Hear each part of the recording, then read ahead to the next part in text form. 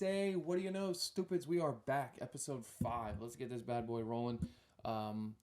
Little late. We're gonna get a new schedule released when our episodes are getting uploaded. So we're gonna upload.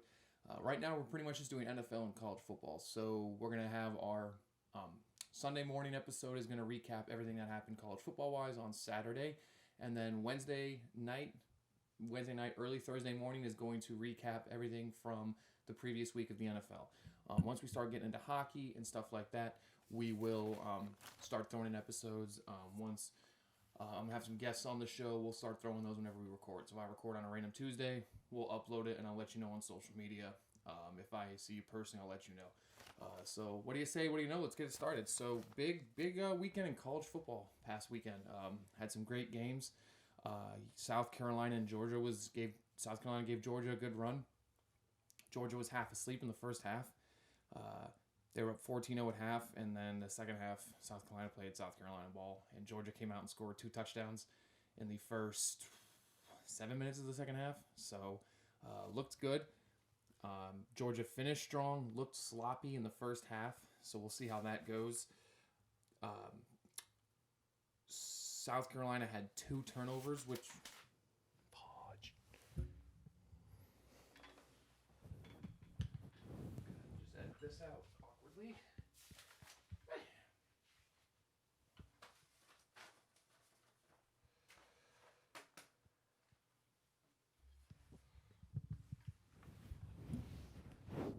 Oh, rusky.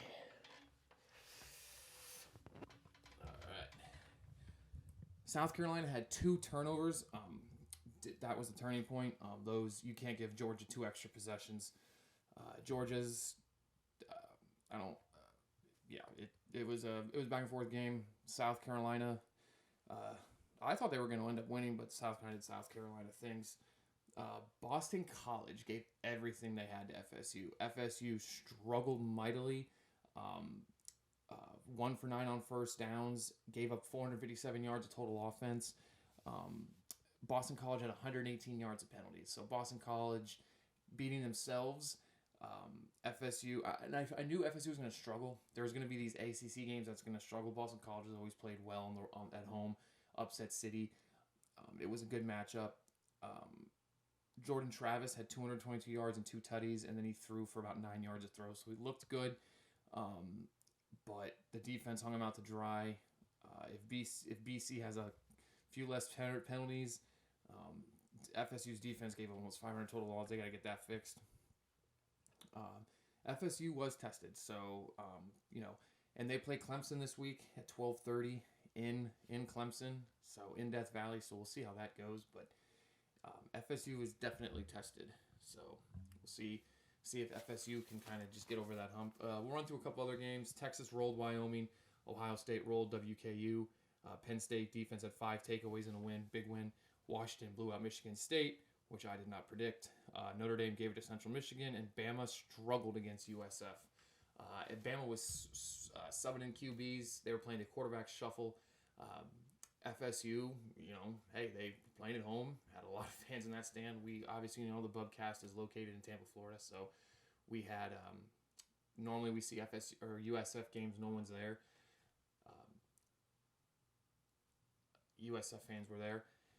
Bama did struggle, but then Bama did Bama things, turned it around, figured out what they were doing, and then USF struggled, and USF gave them the ball, and before I knew it, it was a normal Bama-USF game. USF had turnovers, and they just handed it to Alabama. So we have pretty much the Power 5 teams pretty much all won. No one really got outplayed. The top 10 teams that needed to win won. Florida played Tennessee to get ranked. They beat Tennessee. I can't remember the last time Tennessee beat UF in Gainesville. I know there's some kind of statistic out there. Tennessee looked mid. Florida came out and threw punches. Etienne ran all over Tennessee, 172 yards. They ran the ball down Tennessee's throat. Tennessee couldn't stop them.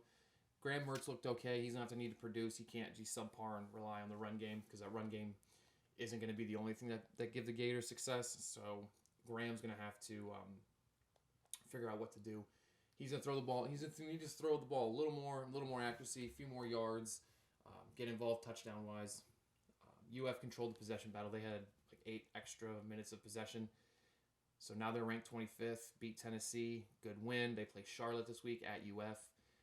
The Gators, like I said, they look bad against Utah, get a few things lined up. They have SEC games getting back into conversation. Are they playoff? Are they a top 4 team? No at the moment. New Year's Six Bowl? We can talk about New Year's Six Bowl. I'd give them a New Year's Six Bowl if they keep winning. Utah, Oregon, LSU, all one big tune-up games. Like I said, a lot of these games this week were tune-up games. The current this Saturday we have games coming up. 7 top 10 matchups. I'll get into that here in a second.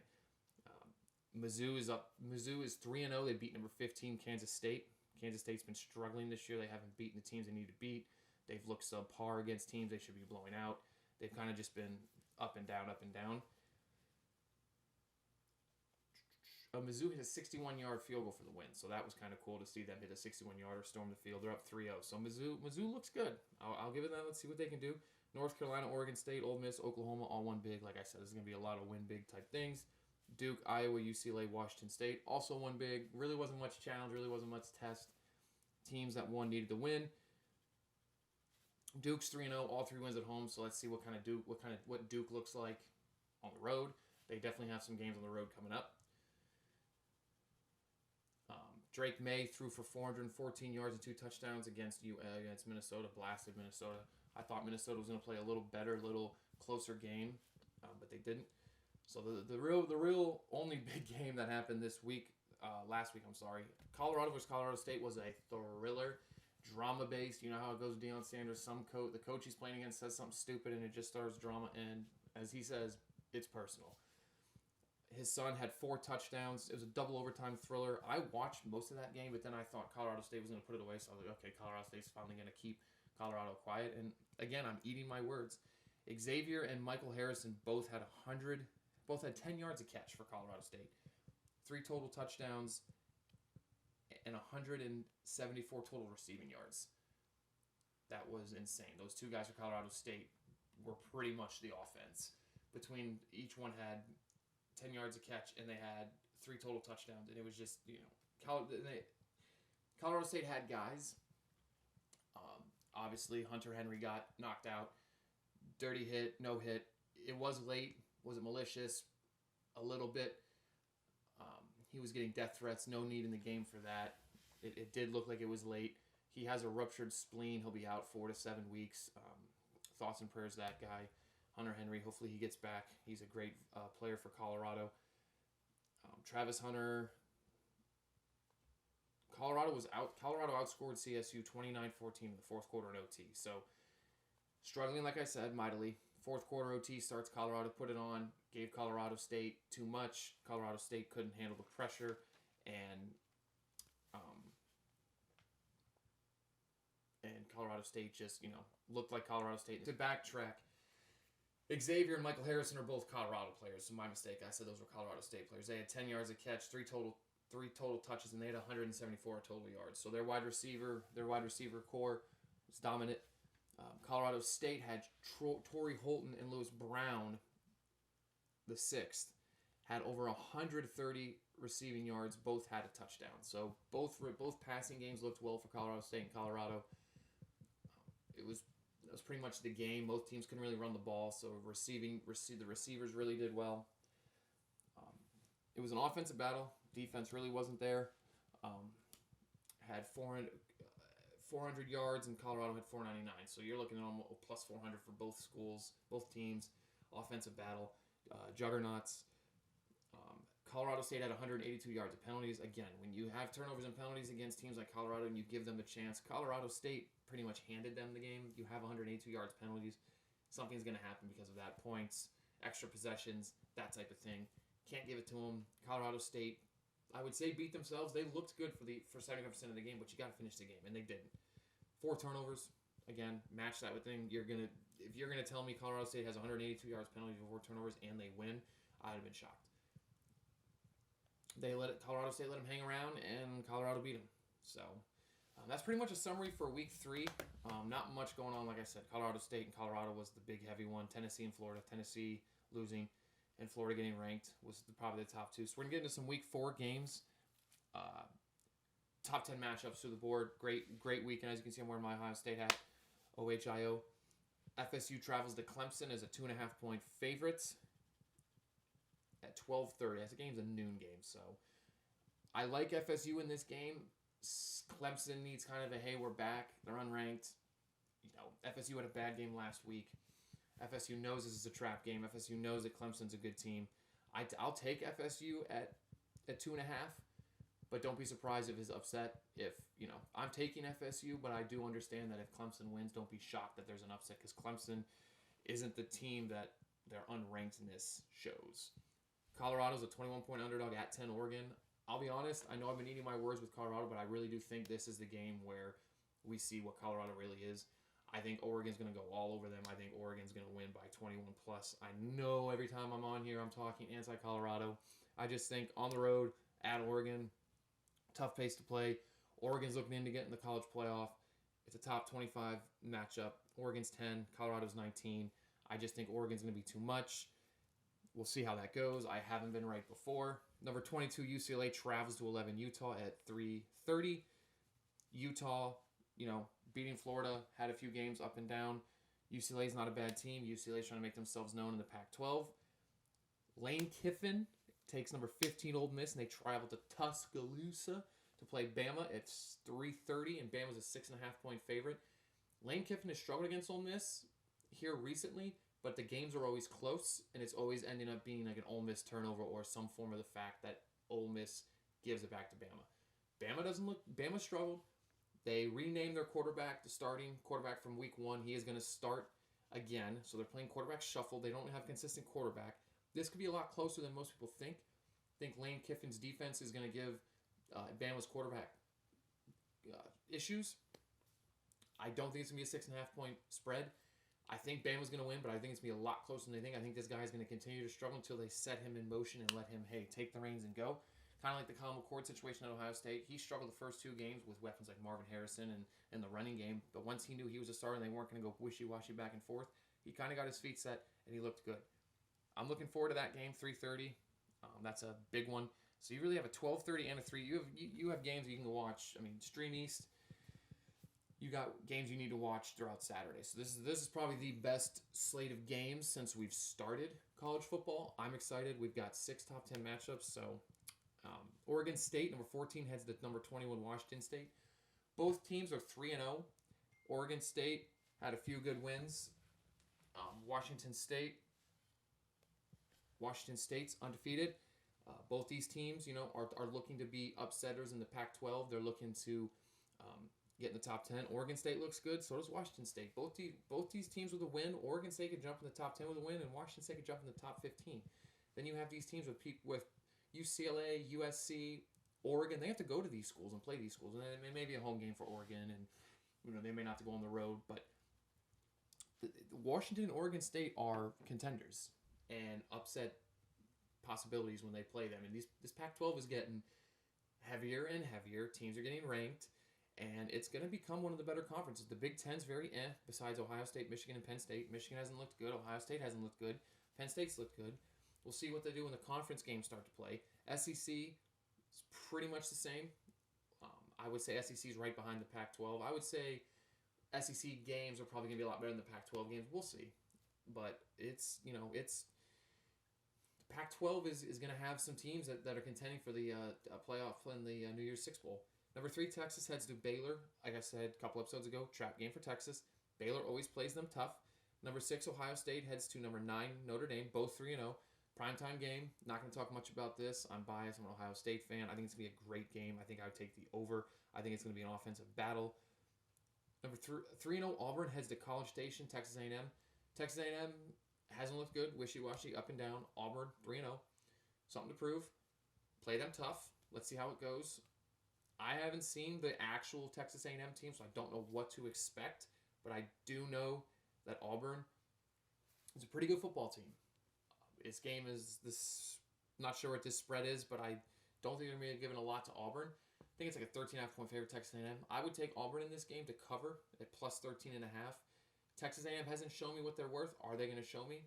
This game's going to be a real test because this is probably Texas A&M's first real test. I know it's a home game for them, but they did look good at home through the season so far. Arkansas heads to the Bayou against number 12 LSU. Good rivalry game. Arkansas is kind of just, right there in the middle of the pack. LSU After their FSU loss, they're right outside the top 10. A win could probably put them in the top 10. Like I said, LSU and these SEC teams with one losses have opportunities to get back into the top 10 and get themselves to the debate whether or not they belong in the college football playoff. 3-0 Memphis, 3-0 Mizzou. That's going to be a great game. Under the radar game, give it a watch. Both teams are 3-0. App State heads to Wyoming, both 3-0. We got some 3-0 teams. You know, they're not barn burners, but they're worth a watch. Like if you put them on the app, ESPN app, give them a watch. It's something to strip. Number 17 UNC heads to Pitt. Pitt had a great win against WVU, and UNC tough road game at Pitt. Pitt's a hard place to play. Like I said, Pitt had a great game against WVU last week. Watch out for UNC going to Pittsburgh. That could be an upset game. Keep an eye on that. 3-0 UCF heads to 2-1 Kansas State. Kansas State had a bad loss on the rebound. UCF, you know, they're a good team. They've blown out people they need to play, and they've had a great season so far. But Kansas State's gonna be their hardest test. It's gonna be a tough road game. But Kansas State doesn't look as like a 15 ranked team would say. So you got some good games there. Liberty 3-0 versus 3-1 FIU, a good Conference USA battle. Let's see what that, because these are kind of some games that, you know, once these big games go down and you're looking to watch something in between FSU game and the Ohio State game, plug these bad boys in, give them a watch. You know, it could be good, could be bad, but you know, give it a watch. Oklahoma State and Iowa State Big 12 battle. Kansas versus BYU, both 3-0, and Virginia Tech plays Marshall.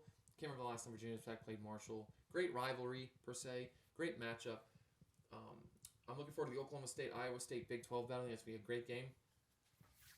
All right, so as you can tell, we've got the Bub Cast episode 5. What we're gonna go through. So we already gave you a college football update. We previewed week 4.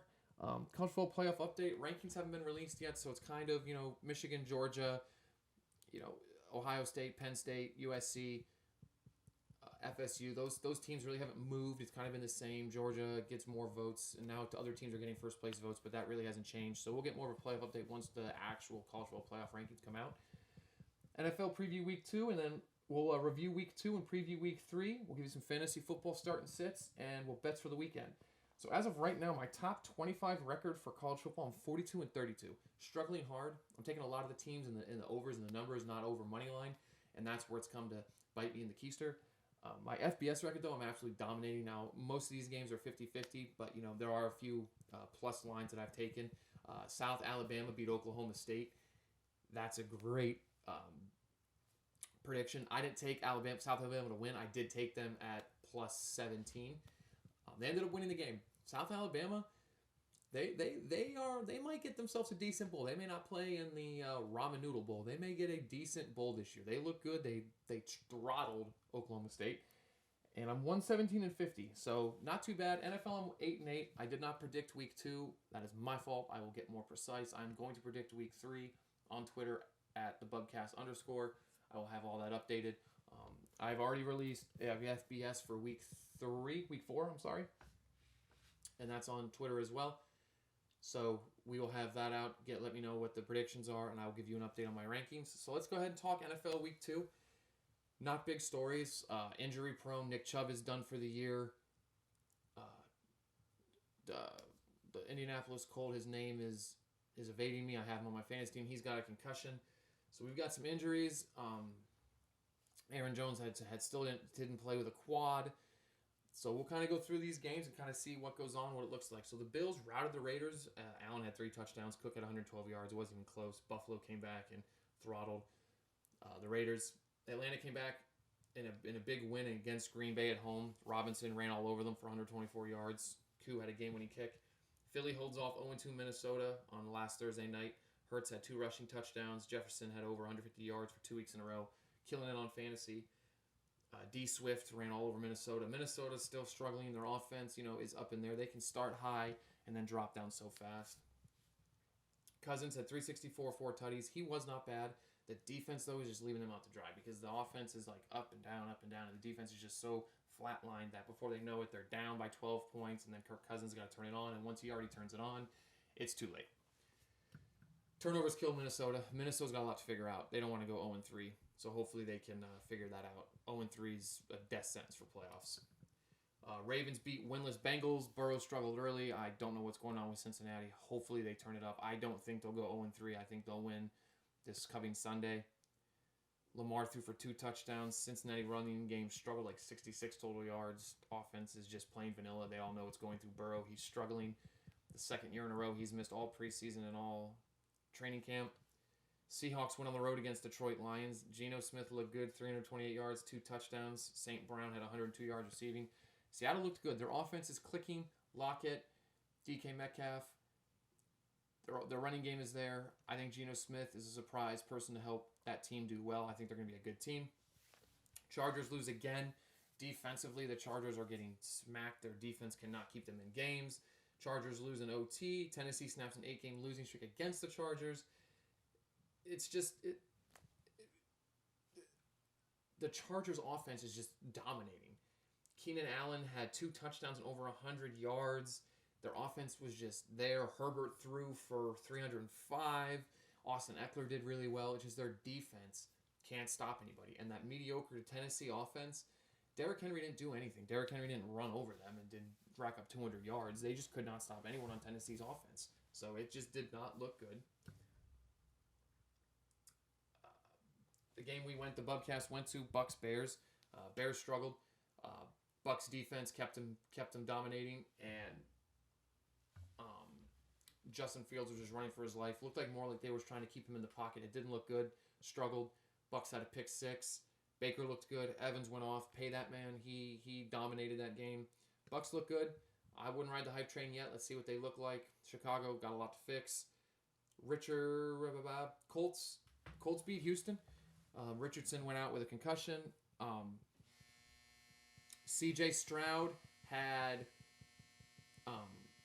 C.J. Stroud looked good. I think C.J. Stroud looked... he had 2 touchdowns and looked good. He had no turnovers. He didn't struggle. That team as a whole is going to struggle. They have a lot of young pieces. He went to his guy Nico Collins. Stroud looked good, played good. I think C.J. Stroud's getting his wheels turning. They lost the game, which is expected. You know, they're starting a lot of young guys, but it looked good. And I thought that game was going to look good. If Richardson would have stayed in, I wanted to see what it would have looked like. Richardson had 2 rushing touchdowns before he got a concussion, and then he got spun around and hit his head on the back on the end zone and had to get a concussion. So looks good. I want to see if Richardson can stay healthy. I think C.J. Stroud is getting his wheels going. Let's see what they look like. 49ers, 2 late turnovers to beat the Rams. That was an offensive battle. Both defenses were struggling, but it was an offensive battle. Great game. Battle of California. The 49ers home. If it was like a home game for the 49ers, the 49ers came out to play. There was a play where one of the players was for the CJ McCaffrey was running down the sideline. You can just see all red. It was crazy how the 49ers fans travel. Cardinals almost had their first win. They go up 20-0 at the half. It looks like the Giants are going to lose to the possibly worst team in the NFL. And the Cardinals do Cardinals things and get outscored 31-8 in the second half. Barkley got injured his ankle. I'm not sure what his status currently is. I'm going to give you some updates on Twitter as I get them. Keep up the Twitter. That's where all this stuff's going to be. Giants get it done. Connor had 106 yards and a touchdown. Dobbs is not the answer. What Murray comes back. Let's see what the Cardinals look like. Cowboys beat the Jets 31-10. Wilson 3 picks. The Jets need a quarterback. I'm not sure Wilson's the answer. Commanders, great comeback win against Denver. The Commanders are my surprise team this year. They are undefeated. He threw for 299 yards, no interceptions, and Robinson Jr. had 2 touchdowns. That offense does not look bad. He's got Scary Terry. With the old Kansas City offensive coordinator, that team looks good. That team can get some things ironed out. They're in the NFC East. They got some tough matchups against those teams.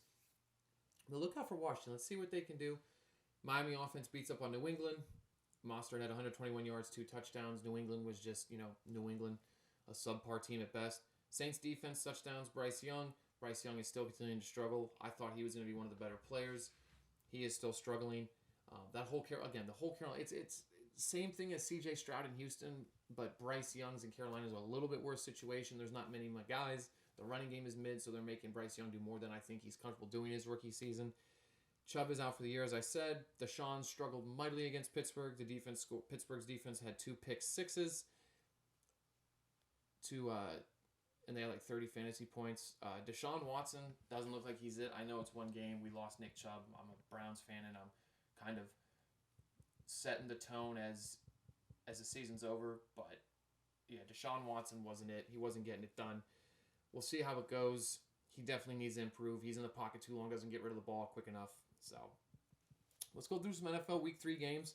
Not a lot of good games on paper, I'll be honest. This is a tough fantasy matchup as well because you got a lot of like, what are you going to do? You got some guys. It's real toss-up week, I would say. So you got Falcons at Detroit at 1 p.m. You got Pats, Jets. You got 2-0 New Orleans at Green Bay, 1 o'clock. That might be a good game. Green Bay, let's see if they can get Christian Watson back. Buffalo 1-1 at 2-0 Washington. Let's see how Washington looks. It's a great home game. Tough road game for Buffalo. Let's see if Washington's for real, how they hang with Buffalo. Pitt 1-1 at 1-1 Vegas. Be a good game. I think the Pittsburgh's going to win that game.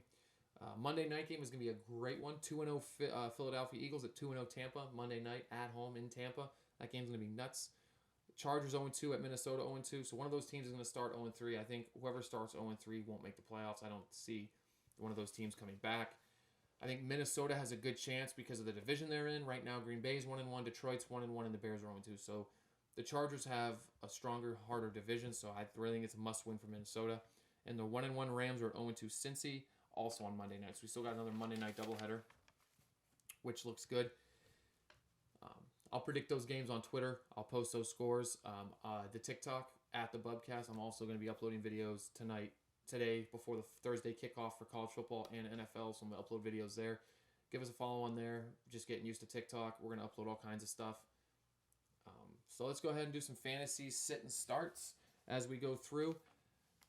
Start quarterbacks. I would start Dak at Arizona. I think that defense is terrible. Herbert at Minnesota. I think it's going to be a shootout. Both him and Kirk Cousins are going to have massive numbers. Mahomes at Bears. Start him. I think him and Kelsey go off, and Kelsey has a couple tutties. Sit, obviously, Fields and Mac Jones. I don't think Fields is ever going to get started here for a while. And Mac Jones, I just don't think there's much there. If you have other quarterbacks in play and you're contemplating, you're probably going to play those guys. Running back to play, I would play Ford. I know with the Browns, they just surround Kareem Hunt, but Ford's already got the offense. He's got some games, everything else. Eckler with the Chargers. I think Eckler's going to go off against Minnesota. Like I said, shootout.